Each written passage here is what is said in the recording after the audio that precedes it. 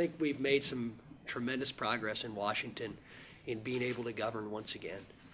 I think as you saw at the end of September and into early October, it was just nothing but polarization and partisanship.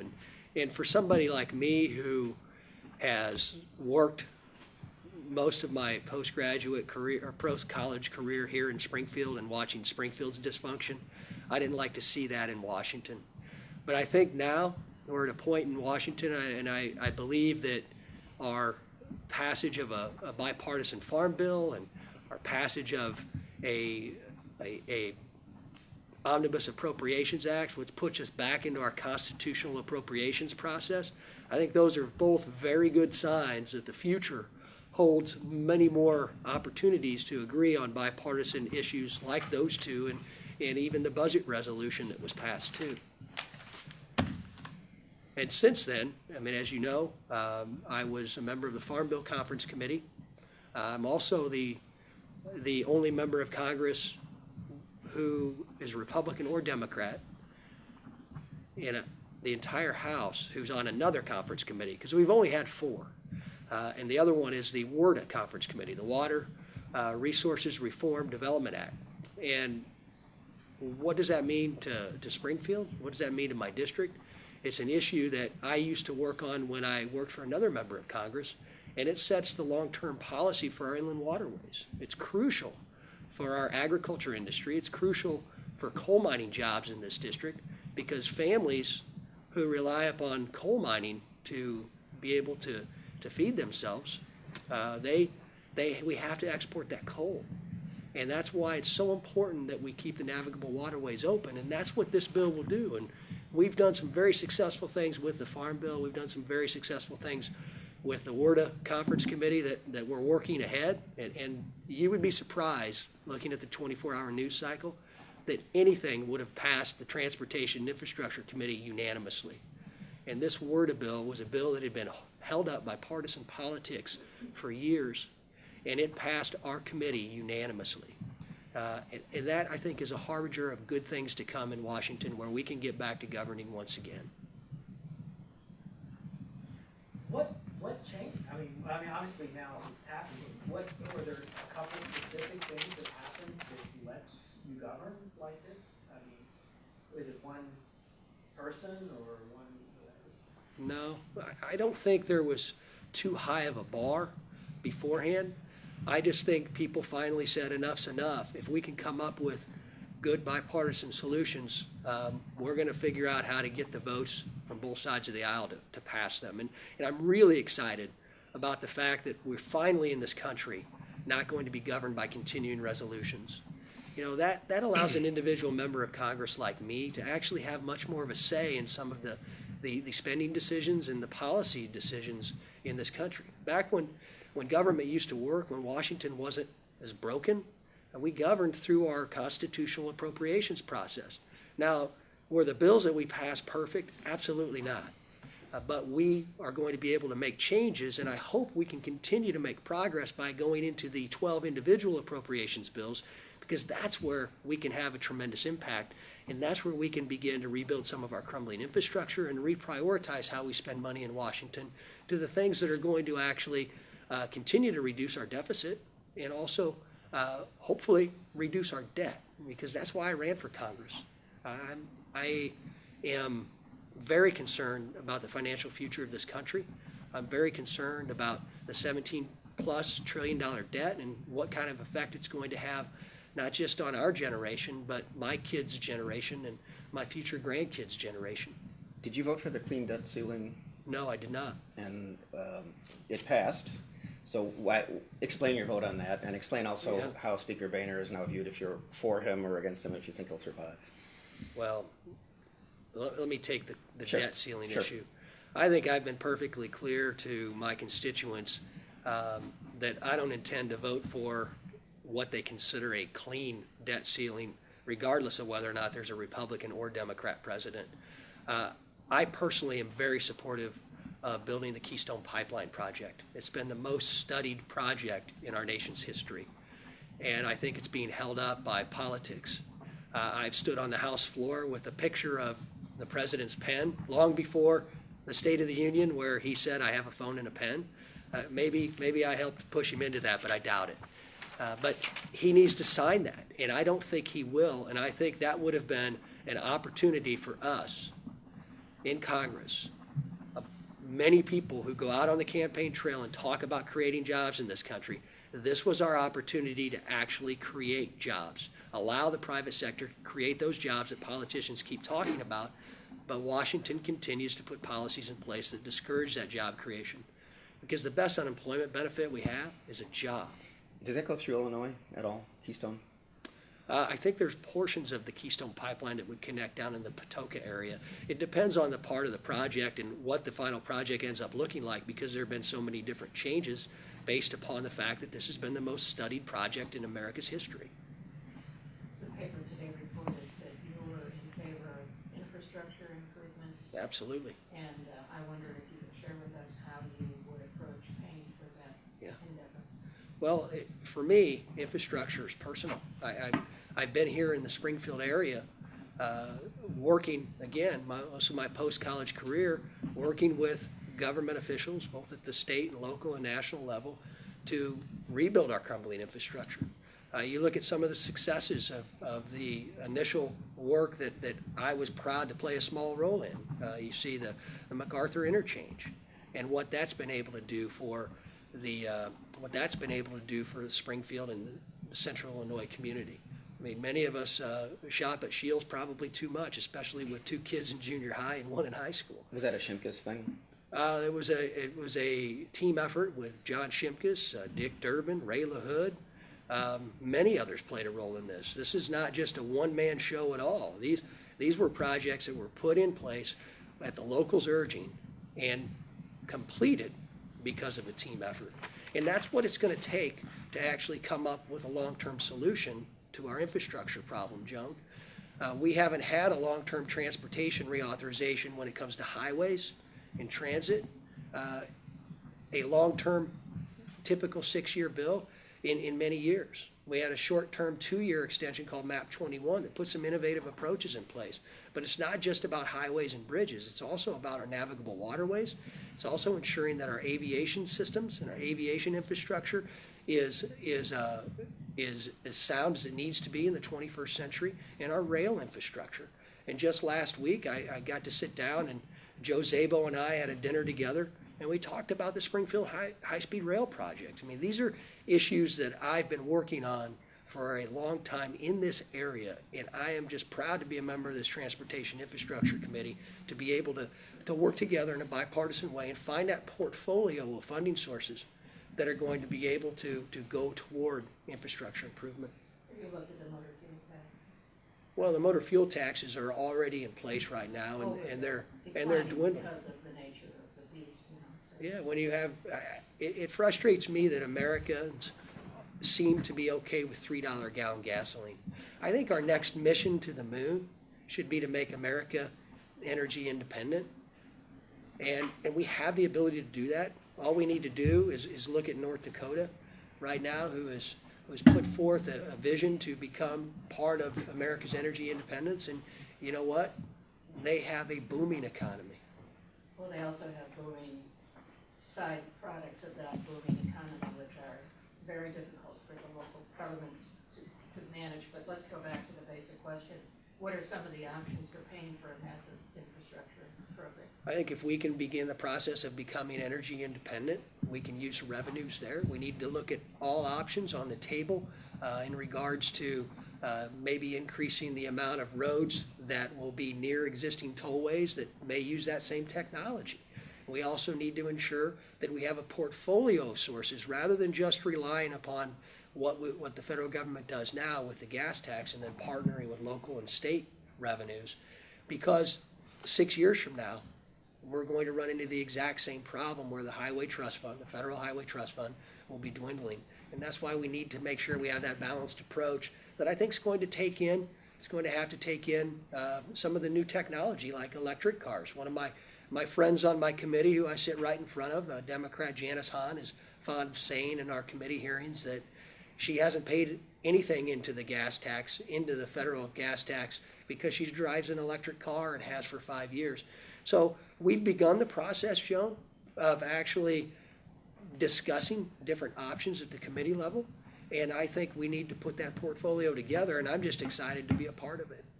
Did you just say you need more tollways, more toll roads? No, I said those, we need Well, to when you look said at use that technology, you mean more roads that you pay toll on? near tollways. They may actually expand other tollways. Are you for that coming down state at all? Because right now it's all north of I-80, right? No, Bernie. What we need to do is when we're looking at infrastructure funding, the first question always is, how do you pay for it? It's not as simple as raising the gas tax, because you run into the exact same problem. If we in Washington can't come up with a portfolio of sources to be able to rebuild this crumbling infrastructure, then we're the ones that are going to have to take the blame when bridges fail and highways and potholes. I guess the question is, what's in the portfolio? I just, you know, the portfolio is, Like gas taxes? the gas tax is already Keystone part of the Pipeline. portfolio. Keystone Pipeline, energy revenues. You're talking you're about full for fracking too? taking, for fracking? Yeah. Yeah, what other technology has given us access to the cheapest natural gas that we've seen in much of our lifetime? I mean, we have to continue to take advantage of America's energy, low-cost energy. And I'm afraid that our energy prices will actually increase based upon some of the decisions that have been made by this White House. Excuse me.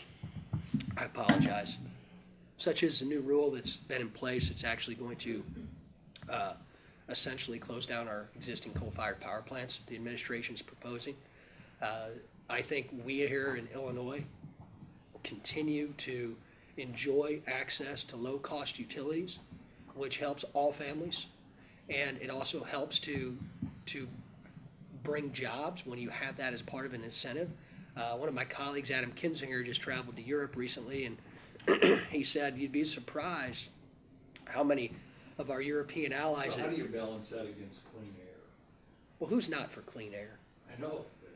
America has reduced its emissions more than our competitors by far over the last 20 years, and there's got to be a holistic approach to global emissions and not just emissions here in America. We can't put America at a disadvantage when it comes to growing our economy, where you look at Germany.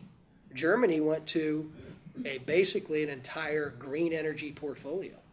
The estimated costs were over 5 times what was originally estimated. And you know what happened? Some of the poorest of the poor in that country became basically energy starved because so much of their monthly income went towards higher utility bills. So what is Germany doing to solve the problem?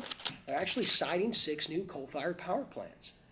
We here in America need to look at places like Germany and find that balanced approach. And I think we're doing well with where we're at. And these are the types of approaches that we need to take as a country to get towards that energy independence. We have to have the ability to burn coal in America for low-cost energy. Otherwise, I have coal mining families in Montgomery and Macoupin County that aren't going to have jobs. And if we don't have coal being able to be burned in this country, because standards are going to be set so high that it makes it too costly and unfeasible, how are we going to sell the coal mining trucks that are being built at Caterpillar in Decatur, which is already the highest unemployment in the state out of any county? We have to have this balanced approach. No one's against clean air, sir, and I'm not either. But these arguments have been made all these years when Chicago used to be shrouded in, are you saying there should be no new regulation on coal from where we are, and should we use about the same amount or more? I think we should use more coal. I think the technology is out there that we can actually burn coal in a much cleaner environment than what was done 20 years ago. Let me tell you, the signature on a piece of paper in Washington has a tremendous impact on local economies. And I know that because I've seen it in my hometown of Taylorville and my home county of Christian County. Part of the reason I got interested in public service, and probably one of the reasons I ran for Congress, was I saw the impact that the Clean Air Act and amendments had on the local economy in Taylorville when we lost our largest employer because it became more cost effective to ship coal from out west to the power plant that's just 18 miles south of here Is that than it 20? was. It was ComEd at the time. It's Midwest Generation. It may have sold again. But Peabody Mine number 10, where the coal was mined, dug the coal out from underground, put it on an electric conveyor belt, and dumped it across the street right by the power plant. And that was Washington that made that decision. Now, how are we still mining coal in Illinois when we have such high sulfur content? Well, we're still mining it because there's new technology like CWLP that's able to burn Illinois coal, and they put emission control equipment in that rebuild, but we're also selling it overseas. And we're selling it overseas because the market is there. Because overseas, our competitors realize that they need access to low-cost energy that we currently enjoy and seemingly take for granted. So is Peabody 10 still operating? No. No, they're not. They For a long shut time. down in the Long time ago. 90s. And are you saying that you have to repeal something that's already on the books in order to get what you want, the continued use of coal and expanded use of coal? Because No, you said that there already something in line that will end. Yeah, coal that's plants. the new rule that has been proposed by the Obama So administration. it's a proposed rule. It's a proposed emission standard rule that is going to have an effect on existing coal-fired power plants, and it could have an effect on CWLP. Okay. And the plan apparently is, if that goes into effect, that what they do is make modifications. The most recently built plant will be in compliance, but the other two plants would move possibly to natural gas.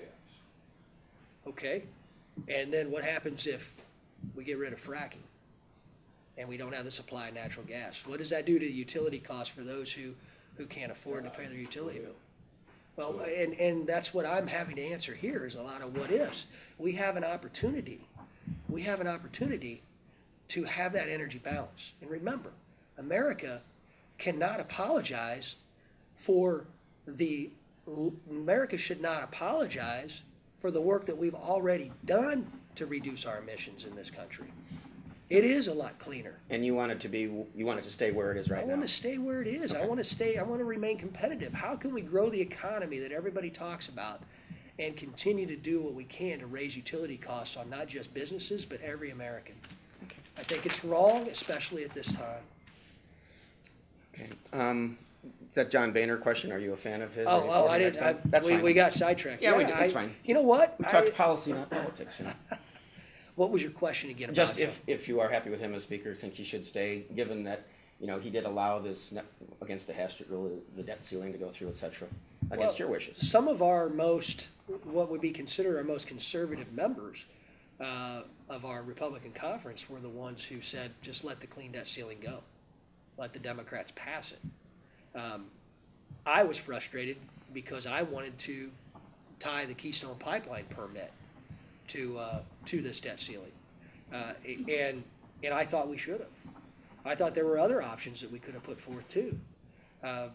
And I think John Boehner gets a lot of criticism because he allows the will of his conference to be put forth and then he takes the blame for it. Mm-hmm.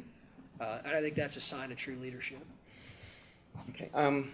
You talk a lot about bipartisanship, and I know we've talked it all the way through, but you've also, one of your flyers talks about it, and you voted at least 10 times, it says, to defund Obamacare.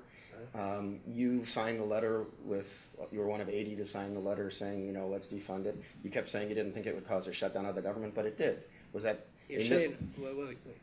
You're saying a letter caused a shutdown? Well, why don't you explain your view of that? A Well, shutdown ensued when Republicans in the House, you signed a letter, you said you wouldn't pass anything that had funding for Obamacare in it. Okay. And then the government ended up being shut down. Okay, Democrats blame you blame the president, correct? Well, I blame both sides. Okay. So, did you have a part in that dysfunction? I'm a member of Congress along with 535 people in this country, not counting the delegates from some of our delegate areas. Everybody, as soon as you raise your right hand, becomes part of the problem, and you have to accept the good decisions with the bad decisions that are made. So everyone in Washington, including the president, is to blame for what happened at the end of September and into October. That's not debatable, but to say that signing a letter caused a shutdown, I think is probably overreaching and making it a little too simplified, Bernie. I view myself with this great opportunity that I have to be a small town kid from Taylorville to serve in Washington. I view this opportunity as me being your eyes and ears and the eyes and ears of my constituents on the floor of the House. And I can tell you what I saw. What I saw was our attempts to defund, repeal, and replace, or make modifications to a law that I don't think I think it's perfectly clear where I stand on Obamacare. And I think the ensuing rollout has shown that it is the disaster that I've even said it was going to be. But what we did in the House, we voted to defund. Then we voted to make some modifications. And the last of the 4 votes that we took before the shutdown was simply, let's go to a conference committee and discuss how we can address the funding for this. Basically, let's put together a budget conference that ended up being put together anyway, so we can put together a budget and get off continuing resolution and stop this shutdown. And then we can talk about Obamacare there. And that was summarily dismissed by the Senate. Even a simple request to come talk was dismissed. That's why I say everybody's at fault. And then when you move forward on Obamacare, it's sad to me that our healthcare system in this country is not about the doctor-patient relationship right now. It's about whether or not you can get logged onto a website and sign up for healthcare. And one of the reasons this editorial board didn't endorse me last time was because of my lack of support for the Affordable Care Act. I guess my question to you is, how do you guys think Obamacare's working? I'm not on the board, so I never answer questions. I mean, that's... I have a question for you. Okay. Unless somebody wanted to take the bait, but you have been very clear on where you stand, and you talk about the federal debt a lot, but you spent $13,000 to send this to 26,000 households or something, asking what they think of Obamacare. Mm-hmm. You know, isn't that a waste of money? And what did you find out? I don't think so at all. And you know what? What I found out is there were people in my district that were happy. How many?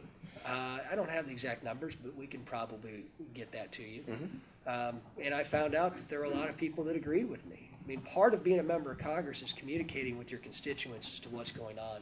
Part of the problem in America right now is I believe that people have a perception of Congress and they have a perception of all levels of government that I think needs to be, we need to talk about some of the good things that we're doing in Washington and some of the issues that we're actually addressing. And that's what I do when I communicate with my constituents. So any idea of percentage? Was it 5% delayed? Because you actually had them send a postcard to you if you thought Obamacare was positive or negative for them. You know. Well, I would say, I don't have the exact numbers, but I think it's pretty obvious when you look at the lack of popularity of Obamacare and its botched rollout and what a disaster it's been.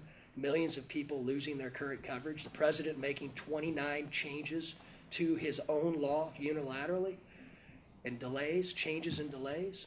You know, I will tell you, I would likely expect when we get you the exact stats, it's going to be overwhelmingly against Obamacare, and I think that's correct. That's what I've been saying. Well, in Illinois, I mean, whether you like it or not, 1 million people have visited that website that people say doesn't work. Oh. And the projections of people signed up are exactly what was projected in Illinois. Okay. So what do you say to those people who signed up for health care and need health care through Obamacare? There's better options that won't cost you and millions of taxpayers their own coverage. You want to talk about Illinois? Yeah. The last study that was done, the last numbers released, 88,000 people had signed up. We don't know whether or not those 88,000 have all paid or if there are any duplicates, but it was estimated 185,000 people in this state lost their coverage because of Obamacare. Now, the companies were given a reprieve by the president, who decided not to enforce the provisions of his own signature law. But in the end, those same companies that were told you can't offer these policies have to then offer them back. So if we're talking, you talk 1 million people or did you say 100,000 or 1 million people in Illinois visited the site? Yeah, I think that's what they reported. Okay, Just some traffic numbers, I mean. we can't, most of the hey, sound just bites because say a it's going up just as because well. somebody traffics Amazon.com doesn't mean they're buying Well, something. do you know how many people have signed up? 88,000 is what Illinois is saying, but we also don't know if that means they paid for it. I don't know if that means that there are any duplicates. They haven't released those numbers, and that's what frustrates me, because these numbers should be released. And when you have a partnership with the federal government on a website that has cost taxpayers hundreds of millions of dollars now, that's not a good investment of tax dollars. They could be going elsewhere.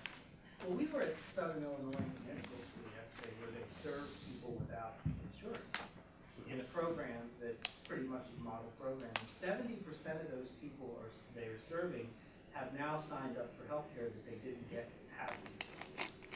So, I mean, there are some successes in this, and I'd like to know what the alternatives are. Oh, absolutely. And, you know, what's the next step when Congress gets together and maybe wants to defund it, or what are the alternatives? Oh, there are plenty of alternatives. I mean, I've consistently said we ought to be able to sell insurance across state lines. We ought to be able to model a program off of the Federal Employees Health Benefit Program, which I was a part of for 16 years. You know, I always get pushback by saying, well, you can't do that because somebody will set up an insurance company in some other state and take a bunch of premiums and then go out of business. I don't think so, because the program I was a part of, I could go anywhere in the globe and sign up for an insurance plan that was available. So we ought to be able to model something like that to where we can give consumers choices. We shouldn't have to have a website that has cost taxpayers hundreds of millions of dollars. That's number one.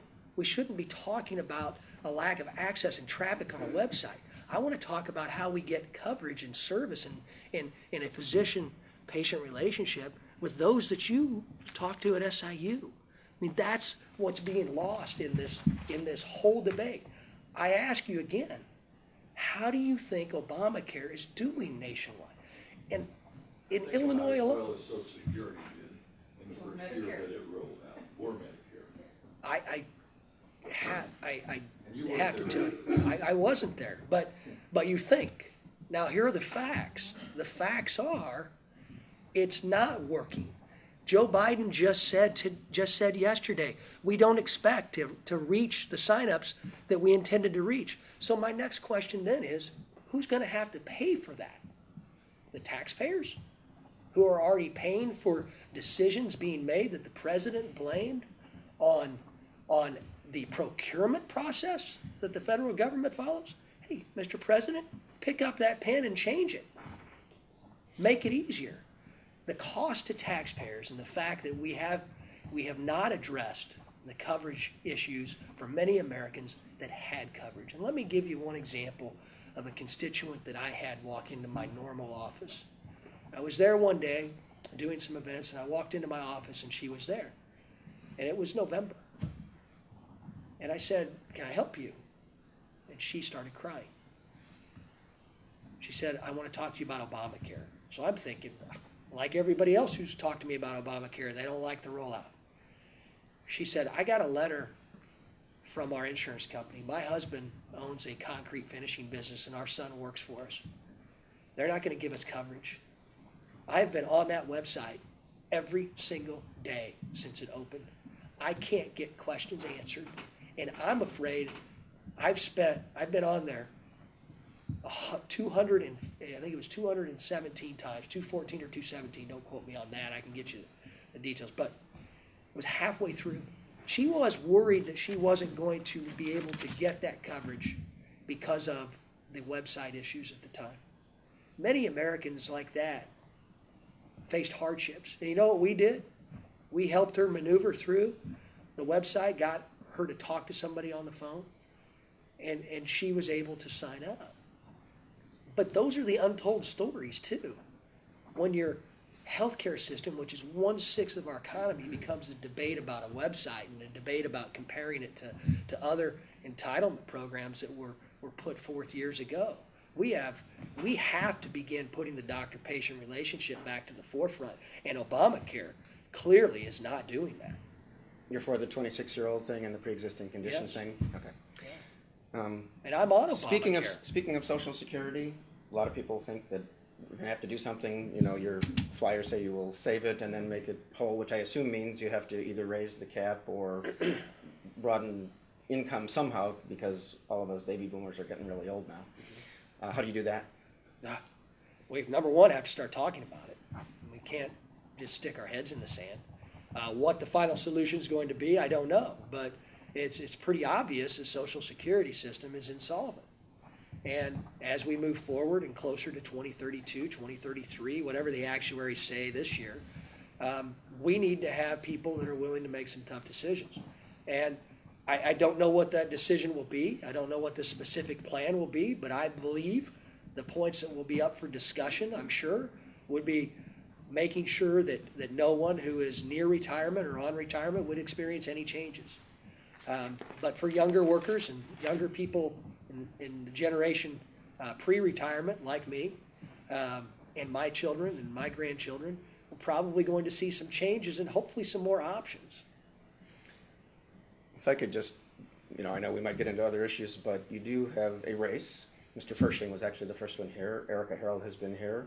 I was at an event yesterday where you were introduced as the workhorse as opposed to she being a show horse, which I know you said was not your fault. But you have not found the time to be in the same room with her, and I think I would question your saying, well, we're on YouTube from when we appeared before the county chairman a year ago. Why don't you just say you don't want to be in the same room with her and debate this entire primary season when she's asked for that for a long time? And Mr. Fershing too, I suppose, but she's really the... Okay. Number one, I've never said I'm not going to debate. What are you going to do? When? Well, considering all invitations, I was asked to do one tonight in Champaign, but I had a long-standing engagement to be the keynote speaker at the Macon County Republican Lincoln Day dinner. She's been asking for months, and a lot of people have been debating already for several weeks. Why? And you haven't decided yet, and we're 4 weeks away. It just seems like you're avoiding it. No, we're considering all invitations, and we've got one that's going to be set up for March, and I don't know the exact time and date. Tim, do you? March 10th. Where? What? It's in Wilmington. It's on a radio station. Morning, evening, or do you know? Morning. Okay, WJBC. No, City's 92. Oh, that's the conservative station. Well, of course, it's a Republican primary, so that's cool. Glad you recognize it. Okay. We are running in a Republican primary, and this is, and when you talk about the challengers, I mean, Bernie, this isn't the first time you and I have seen a typical challenger move to want to ask for debates all over. At least 14. Yes, Yeah, at least 14. You know, I guess I have to say I'm happy to discuss the issues. I'm never one that isn't available to the media, isn't available to my constituents. All you have to do is follow me on social media or look at what we've been doing, where we've been. I think I've been very accessible to the constituents that I'm blessed enough to serve. These are opportunities that I cherish, and I'm going to continue to do not only the political side of things, but I also have to do the job that the citizens of this district set me to do. And much of that job is spent in Washington, D.C. So we have time factors. We also have family considerations. I'm the only person that in this race that has children in school. So there are times when I make a conscious decision as a dad to attend functions that have to do with my children. And I will never apologize for doing so. Why are you better than your two opponents? Because I think I ran for this office with a set of ideas and a set of goals that I think we've actually accomplished. I said I want to actually pass a farm bill that's actually saved $23 billion in mandatory spending. The largest single savings in mandatory spending that we've seen this entire Congress. Did you ever think that would come from the farm bill? But you know what? We took a bill that was 3 years of being booted back and forth, and we came up with a good solution. That wasn't a perfect solution, but for Central Illinois, I think it's a great solution. And I got to have a chance to have a seat at the table to make those decisions. That's exactly what I campaigned on, and that's exactly what we accomplished. And again, the word of bill, it's not a very, it's not a subject that people talk about. all of the time. People don't want to talk about the water infrastructure, our inland waterways and our ports. But I know because this district relies on global trade and agribusiness and our agricultural and our coal products. I was surprised to find out that over 80% of all the materials that are shipped down the Mississippi River and out into the open ocean are coal and grains. The 13th district is coal and grains. So doing what we can to address our water infrastructure needs and having another seat at the table to put together this bipartisan plan is what I campaigned on doing. And again, I don't think it's a coincidence that the people in Washington who I serve with have made me the only Republican or Democrat in the House of Representatives to serve on 2 of our 4 conference committees that we've had right now. The word of plan is still in the works. It's in the works. The bill passed unanimously out of the Transportation and Infrastructure Committee that I'm a part of. There seems to be less of a Republican-Democrat issue on it and more of a House versus a Senate issue, and I urge everybody to call their senators and tell them to take ours. The $23 billion in the Farm Bill, that's Yeah. a 10-year figure?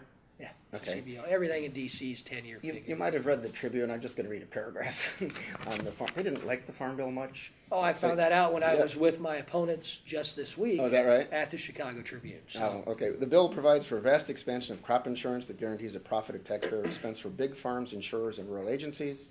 The crop insurance boondoggle could cost more than the bill's one big accomplishment, $4.5 billion a year in savings from eliminating direct payments to farmers.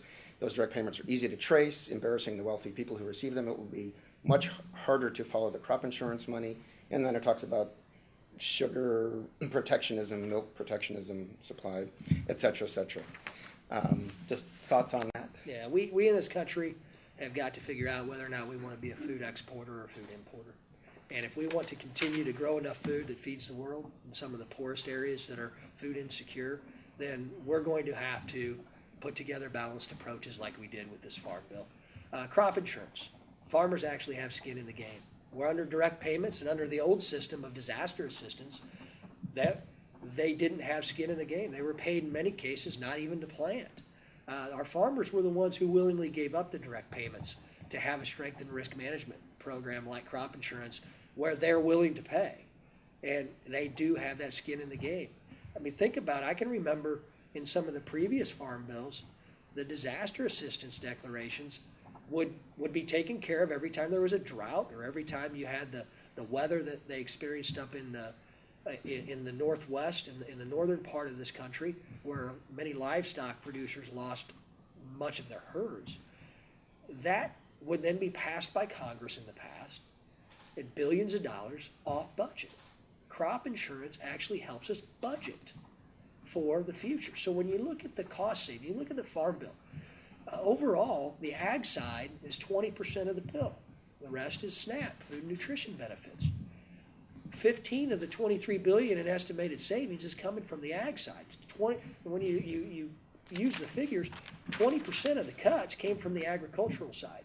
And to me, a vote no, like they may have wanted, would have continued to spend the $23 billion.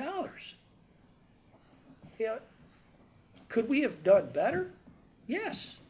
But would we have been able to pass the bill? I don't know.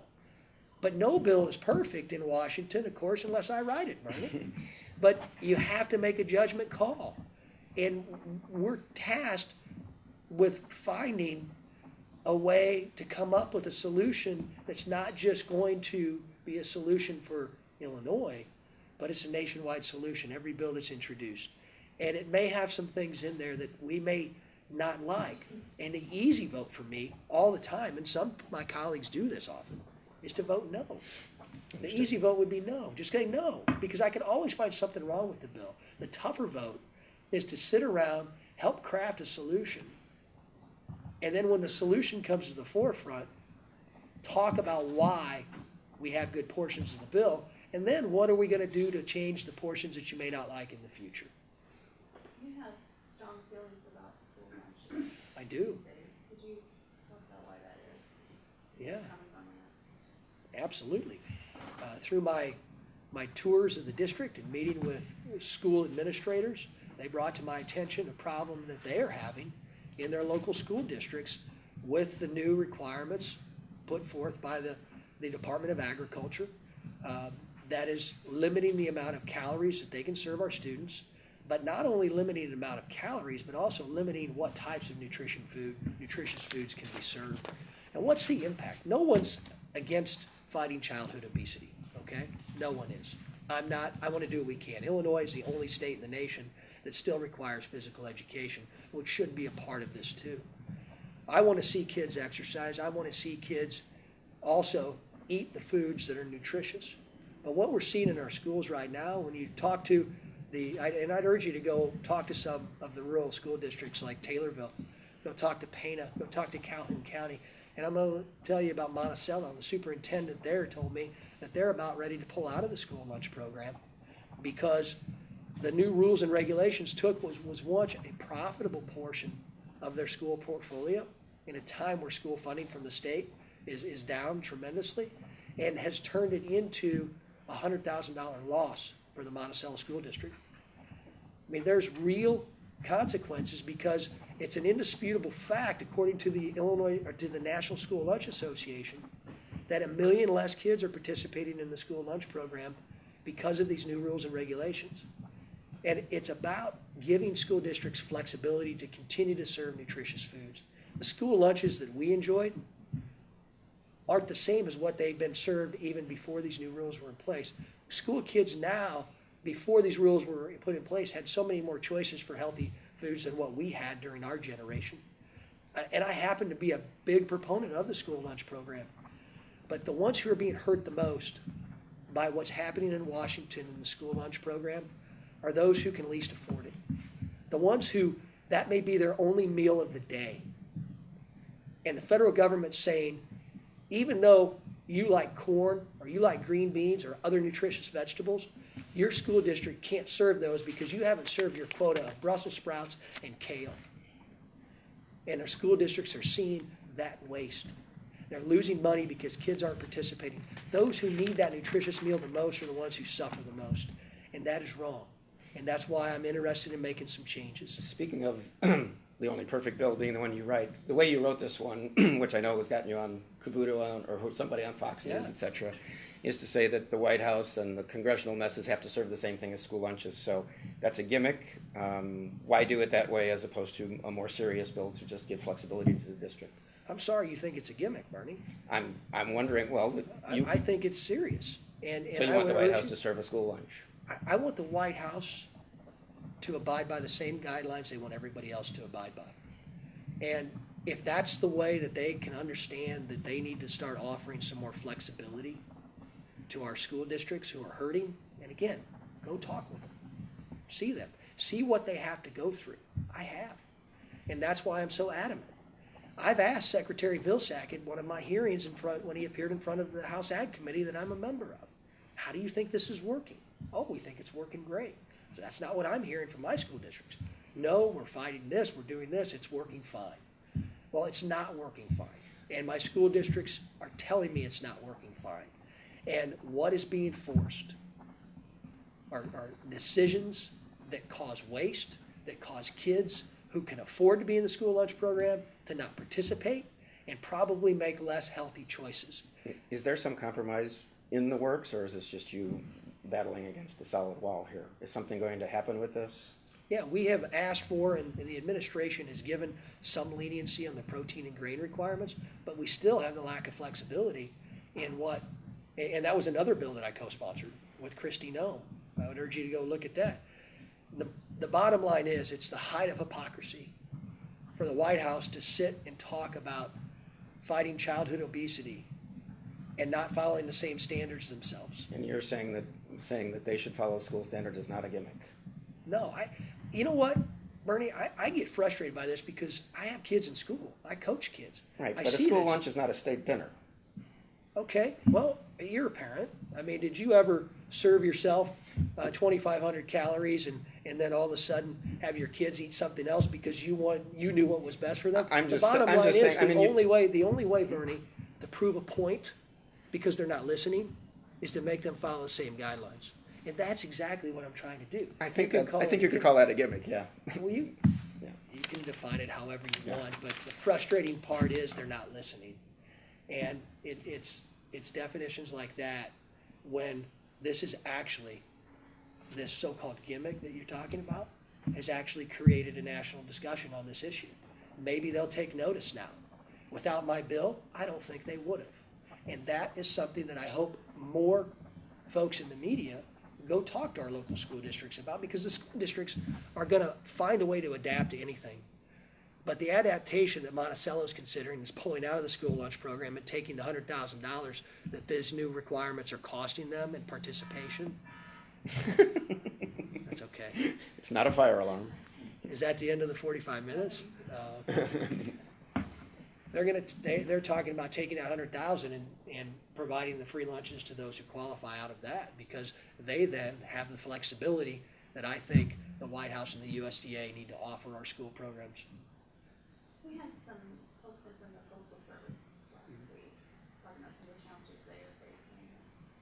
I wonder if you have any thoughts on whether Congress is too involved in the operations of the Postal Service. Is there something else that would, is there another way to do things with the Postal Service? Have you been involved in anything? I'm not on the committee of jurisdiction, so I haven't been directly involved in any postal reform issues.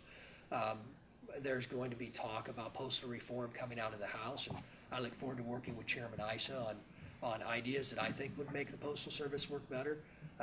There are provisions that the Postal Service feels that they are held to different standards than others who are in a quasi-governmental agency. I mean, I go back to my time working for Congressman Shimkus here.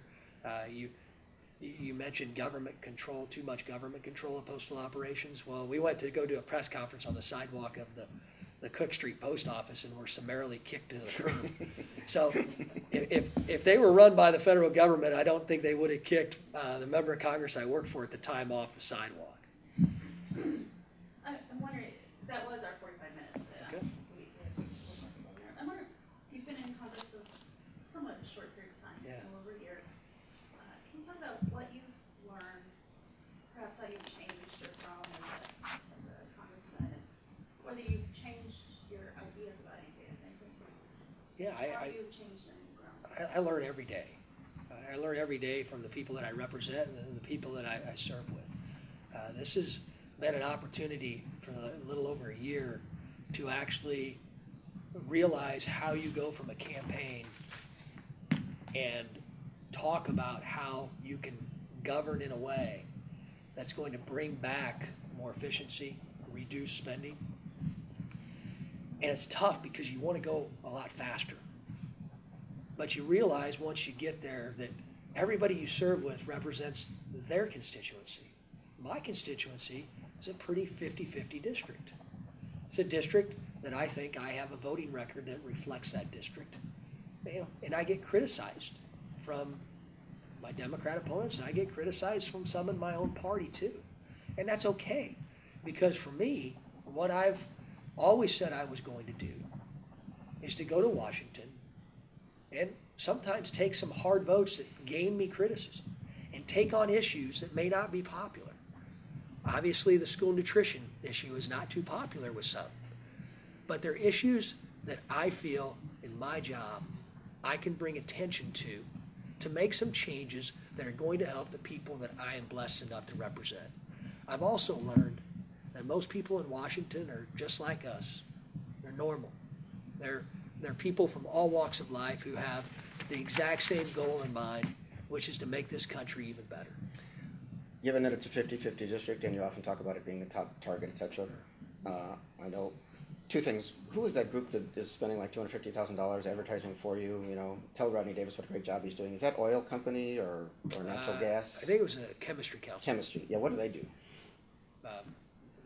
Okay. They deal with chemicals. Okay. I mean, are any issues you deal with them? Oh, Fracking chemical, what's that? fracking chemicals.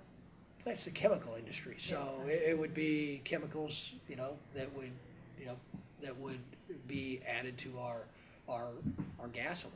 Chemicals that would be added to the drywall in this room, and chemicals that are added to the manufacturing sector in this economy that create, millions of jobs in this country. I didn't ask for that. They did it. It was a surprise to me, and I would urge you to talk to them because I had nothing to do with that advertising. And the other thing is, just in general, why do you think the district will stay in the Republican column? assuming you get through the primary or in the fall and face one of the Democratic opponents, and why should it stay in the Republican column? Well, I fully intend to win in March. I fully intend to win in November. You look at this district, it's a district that I think it reflects a wide variety of issues and a wide variety of constituencies. I have 9 colleges and universities. I have 8 community college districts here. And we have some of the most rural conservative areas of central Illinois in this district too. We have some of the faster growing areas like the Metro East. We have the capital city. This district was drawn by the Democrats just down the street from here to be a competitive district. So much so that, you know, my constituent and my colleague Senator Durbin reminded me that he thought I wasn't supposed to win, right, when I met with him during the first week of orientation. But we did. And the fact of the matter is, I campaigned on what I was going to do once I got to Washington in a year that was not good for Republicans. Remember, out of the 6 targeted congressional races in Illinois, I was the only Republican to win. And we won by a very close margin. And what that meant was I was going to be a target the next time by the Democrats. And Bernie, I think you can remember asking me about a Democrat campaign congressional committee email criticizing me for a vote that I hadn't yet taken while I was standing in line with my colleague Sherry Bustos to get my ceremonial post-swearing-in picture with John Boehner. You know, it's not a coincidence that they began attacking me early. And that's okay, because I believe that I'm going to be able to go to the constituents who sent me to Washington and talk about what I intended to do, and I'm going to show the results of that work, the results of addressing a long-term ag policy in this country, the results of addressing transportation and infrastructure needs in this country, and being willing to stand up, much to the chagrin sometimes of those in my own party, and talk about how we need to invest in infrastructure. I believe I might have been the only targeted Republican in the nation, let alone Illinois, that stood up and said we need to reprioritize our spending to invest more in infrastructure. And I'm willing to be a participant and somebody at the table in those discussions. And think back to the last campaign. I had an interesting tidbit given to me after I got into Washington. The NRCC told me I had the most negative gross rating points on TV spent against me than anyone else in the nation. So the district knows me.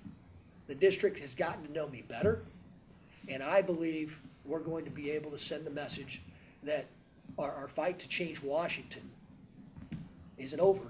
It's just beginning. By the way, I don't like kale. So I rest my case. I rest my case, Mr. Gimmick. Which means I'm on your side. I'm part of that, you know. It's about proving a point that we need some flexibility, and I appreciate it. And you know what? This is an issue that I will gladly debate with anyone. And again, go to Monticello, go to Pana, go to There are Taylorville. schools in the district that have welcomed that and shown some real leadership and innovative ways to fix kale. Well, how do you? I mean, Is there a way to do that? Do you? Look, let me ask you. Do you eat Brussels sprouts? Do you eat Brussels sprouts? Do you got to have butter and bacon on them? You got to have butter and bacon on them to make them really taste good. Be like my mother, just But you boil the can't. heck out of them. But you can't. I mean, I like those, but plain Brussels sprouts, I wouldn't eat either. But once you add butter and bacon, you then get toward the calorie requirements, the calorie maximums. So that's the problem. They can't do the things to make it taste good that you and I think they can do. And that's the flexibility that I'm talking about. And then they can't serve those vegetables. This is an issue that has gotten me more attention over the last 3 weeks than any issue I've had in a long time. And again, I hope it shines the light on what school districts have to go through. And go to Monticello, go to Calhoun County, go to Taylorville, go to Pana, go to rural school districts, ask them. They may be the only 4 in the district that have problems, but I doubt it, because I still think we need to push this issue.